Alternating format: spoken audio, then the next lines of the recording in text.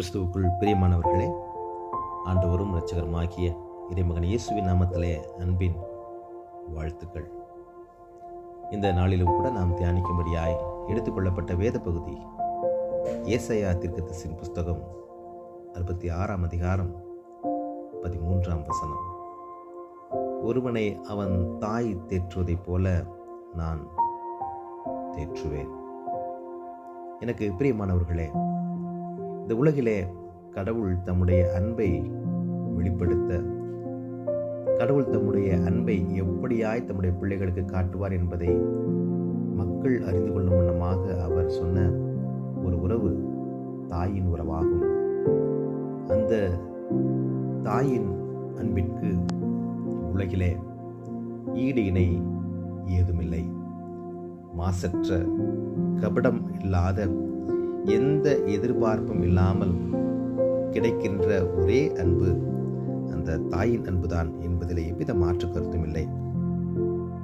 அவ்விதமான அன்பை இன்றளவும் பெற்றுக்கொண்டிருக்கிற பிள்ளைகள் கடவுளால் பாக்கியம் பெற்ற பிள்ளைகள். அதை பெற்றுக்கொண்டிருக்கிற எனக்கு அன்பான பிள்ளைகளே, தாயின் அன்பை அனுதினமும் ருசித்துக் கொள்ள பாக்கியம் பெற்ற பிள்ளைகளே, நீங்கள் தேவனால் ஆஸ்வதிக்கப்பட்டவர்கள். அந்த அன்பை நீங்கள் மதிக்க, கர்த்தருக்கு நன்றி சொல்ல அழைக்கப்படுகிறீர்கள். ஏனென்றால் ஒரு சில மக்கள் அந்த அன்பை பெற முடியாதபடிக்கு ஏங்கி தவித்துக் கொண்டிருக்கிறார்கள்.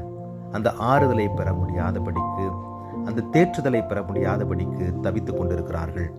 அந்த அன்பை கர்த்தர் உங்களுக்கு தாயின் வழியாக கொடுத்திருக்கின்றார்.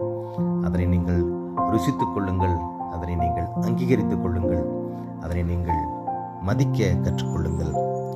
இதனை கேட்டுக்கொண்டிருக்கிற எனக்கு அன்பான தாய்மார்களே, கர்த்தர் உங்களை இந்த பூமிக்கு அநேக பிள்ளைகளுக்கு ஆசீர்வாதமாக, உங்கள் சொந்த பிள்ளைகளுக்கு ஆசீர்வாதமாக, அவர்களை ஆறுதல் படுத்தும்படியாக கர்த்தர் உங்களை இந்த பூமிக்கு அனுப்பியிருக்கின்றார். உங்கள் பிள்ளைகளை நீங்கள் ஆறுதல் படுத்துங்கள், அவர்களை தேற்றுங்கள், அவர்களை அரவணையுங்கள். அநேக பிள்ளைகள் உங்களை போன்ற தாயை இழந்த பிள்ளைகளாக காணப்படுகின்றார்கள். அன்பிற்காக ஏங்கி, ஆறுதலுக்காக ஏங்கி, என்னை தேற்றுவார் ஒருவரும் இல்லையே என்று சொல்லி ஏங்கி தவித்துக் கொண்டிருக்கிற பிள்ளைகள், அநேக பிள்ளைகள் இருக்கிறார்கள்.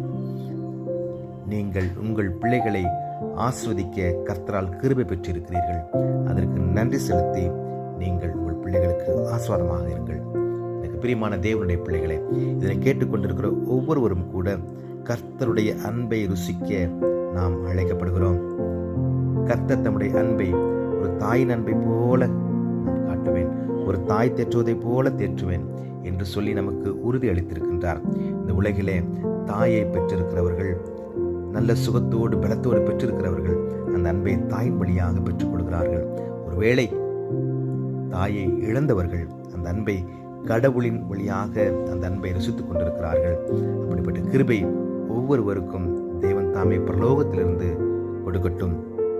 எதையும் இழந்துவிட்டோம், என்னுடைய தாயை இழந்துவிட்டோம், அந்த அன்பை இழந்துவிட்டோம் என்று இயங்காதபடிக்கு எனக்கு பிரியமானவர்களே, அந்த அன்பையும் அந்த ஆறுதலையும் அந்த தேறுதலையும் கொடுப்பதற்கு உயிருள்ள தெய்வம் கர்த்தர் நம்மோடு இருக்கிறார் என்கிற விசுவாசத்தில் நம்முடைய அனுதின வாழ்க்கையின் பணிகளை நாம் தொடர அழைக்கப்படுகிறோம். கர்த்தர் நம்மை தேற்றுகின்றவராக, அவர் நம்மை ஆறுதல் படுத்துகின்றவராக, நம்மை வழிநடத்துகிறவராக, நம்மை ஆஸ்வதிக்கின்றவராக நம் கூடவே இருக்கின்றார் என்கிற விசுவாசத்தில் இந்த நாளிலும் கூட கர்த்தருடைய கிருபையை பெற்றுக்கொள்ள தேவன் தாமே உங்கள் ஒவ்வொருவருக்கும் கிருபை அளிக்கட்டும். ஆண்டவர் நோக்கி நாம் பிரார்த்தனை செய்வோம். எங்களை நேசிக்கிற எங்கள் அன்பின் கடவுளே, எங்கள் மீது அன்பு வைத்திருக்கிற எங்கள் தகப்பனே, நீர் எங்களை நேசிக்கிறீர், எங்கள் மீது அன்பு கொடுக்கிறீர், எங்கள் மீது அன்பை வைத்திருக்கிறீர் என்று சொல்லி நாங்கள் விசுவாசிக்கிறோம். இந்த உலகிலே எங்களை நேசிப்பதற்கு எங்களுக்கு அன்பான தாயை கர்த்தர் நீர் கொடுத்திருக்கிறீர். அதற்காய் ஸ்தோத்திரம்.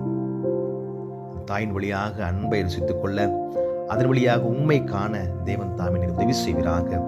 அதே வேளையில தாயை இழந்த பிள்ளைகளுக்கு தேவன் தாமே தாயை போல இருந்து அவர்களை ஆற்றி தேற்றி அரவணைத்து, ஆண்டவரே, அவர்களை எல்லா விதத்திலும் நன்மைகளை சமாதானங்களை பெற்றுக்கொள்ள நீ உதவி செய்யும்படியாய், இந்த நாளிலும் கூட நம்முடைய பிள்ளைகள் ஆசீர்வாதங்களை பெற்றுக்கொள்ளும்படியாய், சமாதானத்தை பெற்றுக்கொள்ளும்படியாய், ஆறுதலை பெற்றுக்கொள்ளும்படியாய் நீர் கிருபை அளிக்கும்படி மீட்பெரும் இரட்சகருமாகிய இறைமகன் இயேசுவின் வழி ஜெபிக்கிறோம் எங்கள் ஜீவனுள்ள பிதாவே.